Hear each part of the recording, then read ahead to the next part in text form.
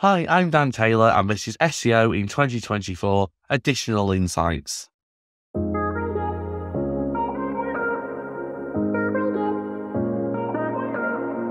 Dan, what's your additional insight for SEO in 2024?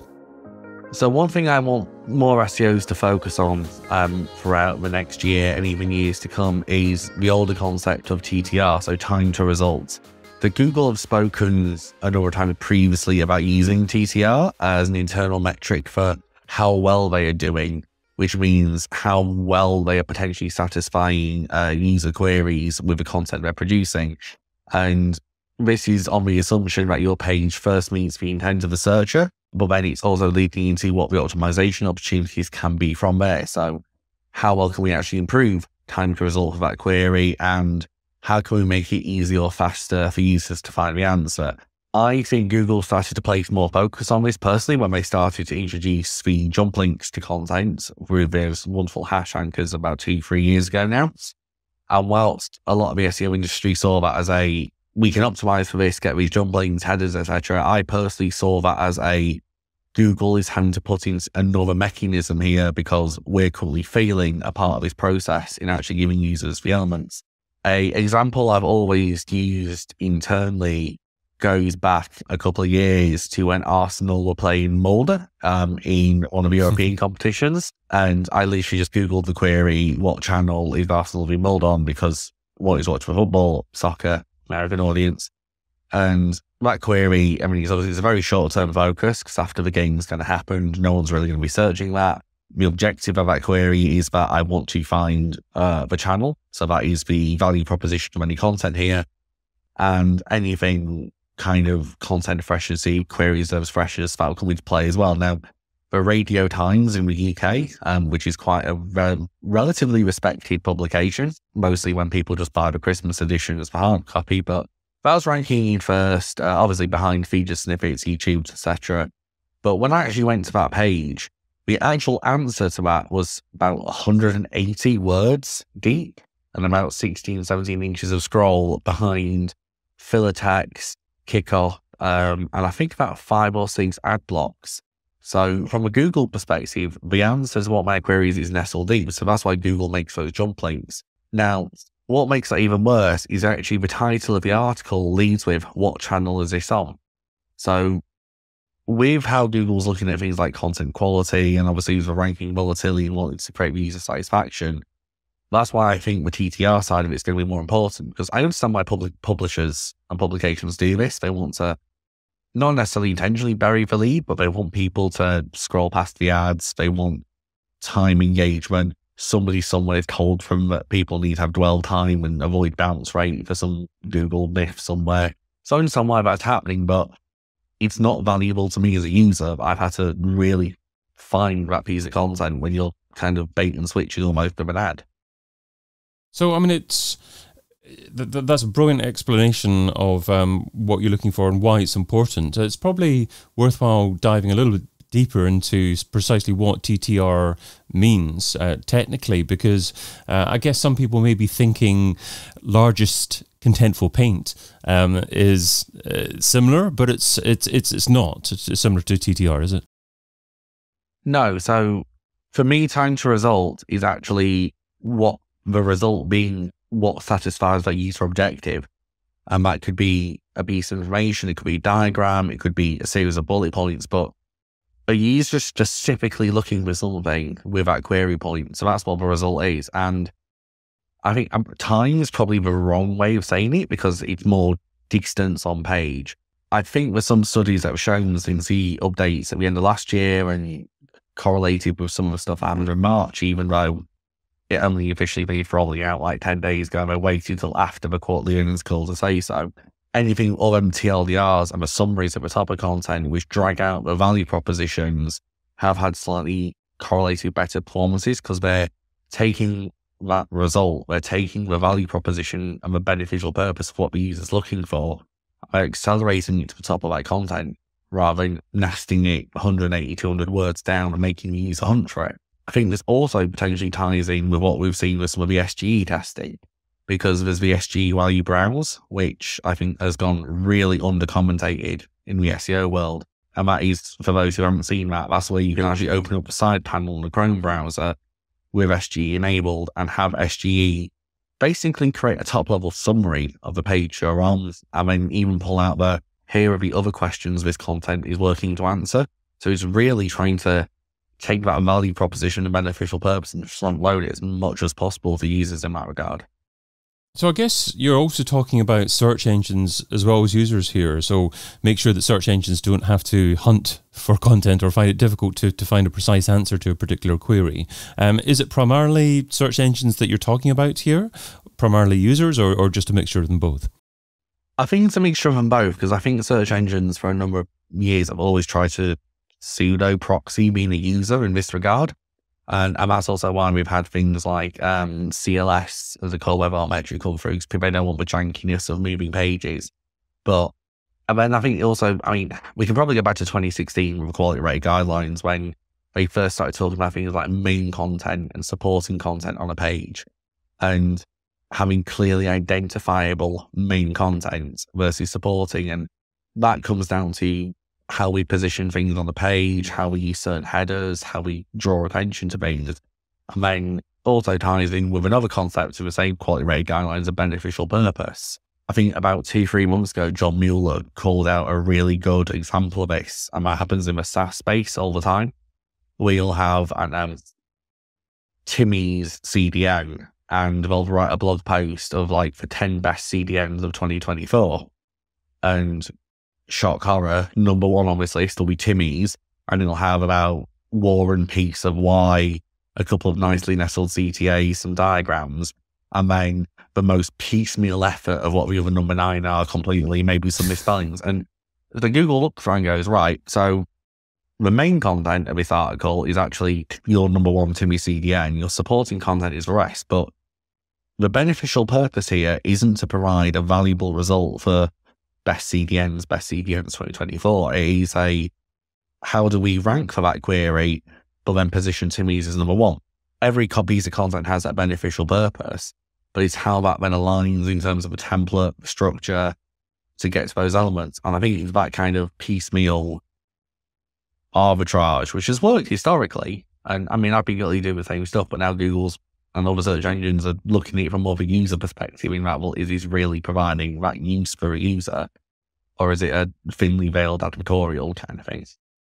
So, I mean, what does this mean for, I guess, business models and content styles in the future? Because the example that you were using earlier on about the football, their particular business model is to drive people through as many ads or distractions as possible before delivering the actual answer to the query that the user is looking for. And then the example that you more recently gave was the table, but obviously the table that was skewed towards driving people towards the particular business that the result is on. So do both of those business models and content styles not really have a place in the future? I think it depends on how quickly your competitors and what your space also shifts to. So in that kind of space where publishing sites they've rebuilt themselves around that business model, obviously for ad impressions, clicks and whatnot. Unless that entire industry starts to shift away from that, Google has to provide some sort of result to serve. And this is just one factor of a number. If a good percentage of that industry started to move away from that model, that's when it will become more impactful. Now in a more e-commerce SaaS driven space where people are burying information, burying leads like that, you've kind of got, in my opinion, got to look at it across that cohort.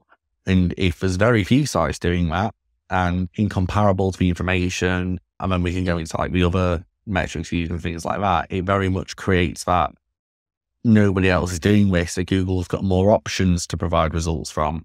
Whereas it's not in the business of cutting its nose off to spite its face. It's not just going to go, I'm not going to use any of these publishers and publications which people recognize because they've buried it 200 words down. But the minute a good cohort of them start to change that model, that's going to see more of a shift, in my opinion, than across other sectors where it's more open for briefs and open for content to rank.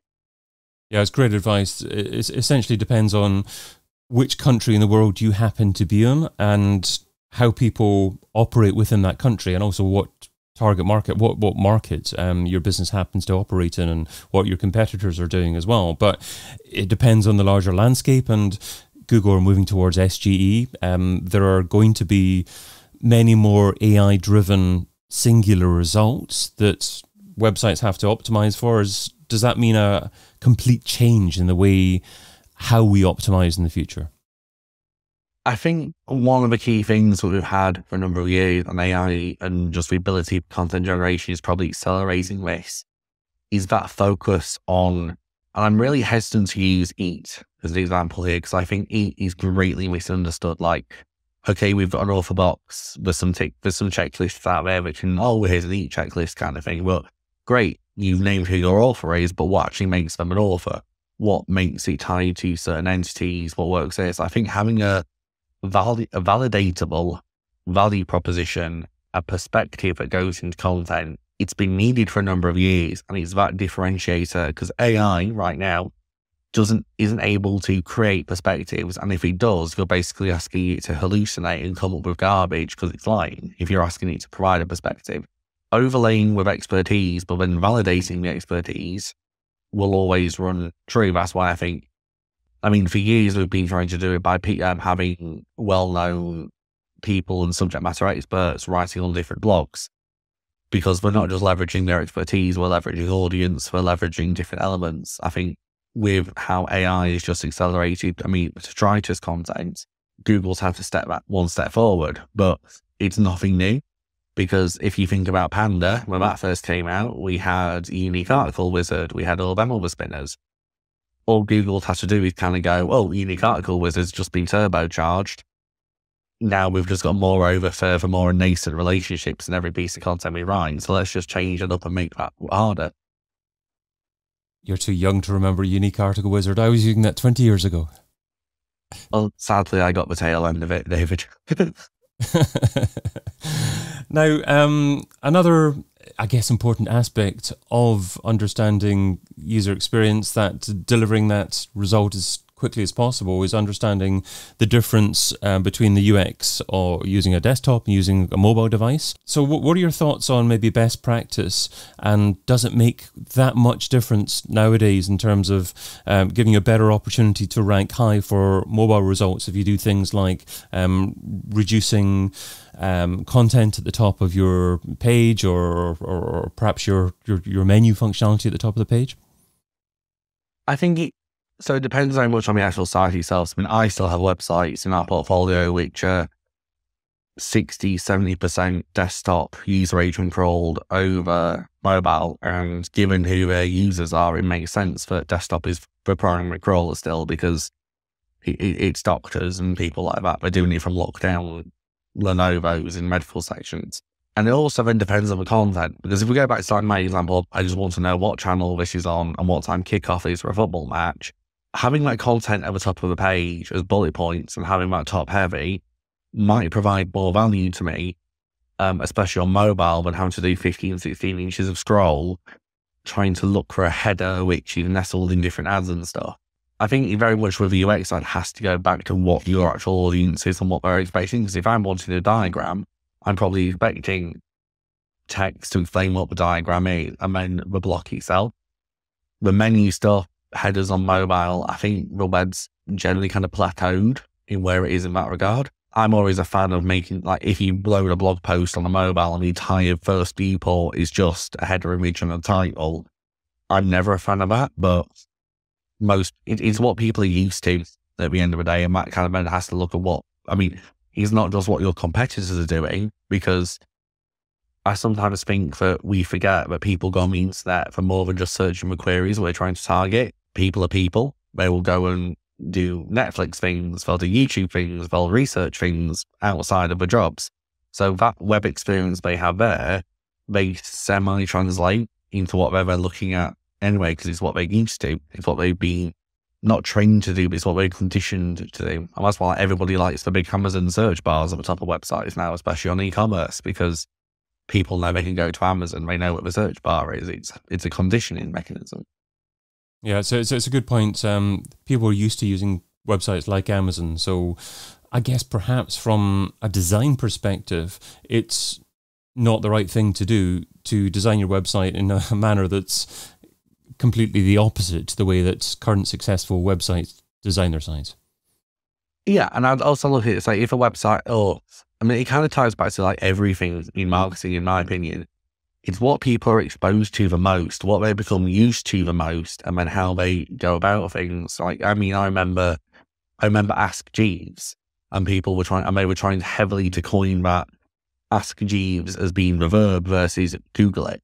And they had varying degrees of success. I can remember the old adverts on ITV growing up, which was weird, and the animated butler, but that's it's what people get conditioned to. And if everybody has Amazon as an app on their phone, everyone mostly has Facebook, some people still have X, Gmail, anything like that, those UX points they're used to make sense to translate those across other parts of the internet so that it's a more seamless experience. And it's the web savviness of these people as well, and users, and it's familiarity. And familiarity does build an element of trust.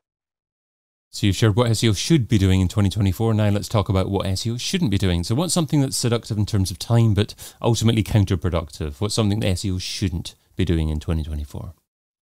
One thing I hate at the moment is the immediate reliance to go towards AI for something, to find an AI workaround for something. And my main bugbear with this is that if I say, log file analysis, for example, if you've never done log file analysis before, and you open up ChatGPT and you go, how do I do this? What's the script? What's a bullet point list? Taking those kind of shortcuts without actually learning what it is you're doing has two effects for me. One, okay, you might deliver something, which is the desired output, and you save time, that's great, but what if there's a bug in the output? What if it doesn't work? You don't know really what accurate looks like. You might not fully understand what it is you're doing it for, and you might not be able to extrapolate that additional value. I love AI. I use it for a lot of stuff, but it's that argument of learning how to do. Previously, before AI, it was going on the internet and immediately just trying to find like a Google Sheet checklist for something versus actually learning how to do it. Without that background knowledge, you're not actually bettering yourself, and you also can't debug or really understand when something goes wrong, and that just creates cascade effects. Yeah, great advice. In old computer speak, it's giggle, garbage in, garbage out. Definitely. Or another acronym in there is picnic, problem in share, not in computer. Dan Taylor is partner and head of technical SEO at Salt Agency, and you can find him over at salt.agency. Dan, thanks so much for adding your additional insight to SEO in 2024. Thank you for having me, David. I've been your host, David Bain. You've been listening to an episode of SEO in 2024 Additional Insights, a Majestic series that complements the original SEO in 2024 podcast, video series, and book. Find out more at SEOin2024.com.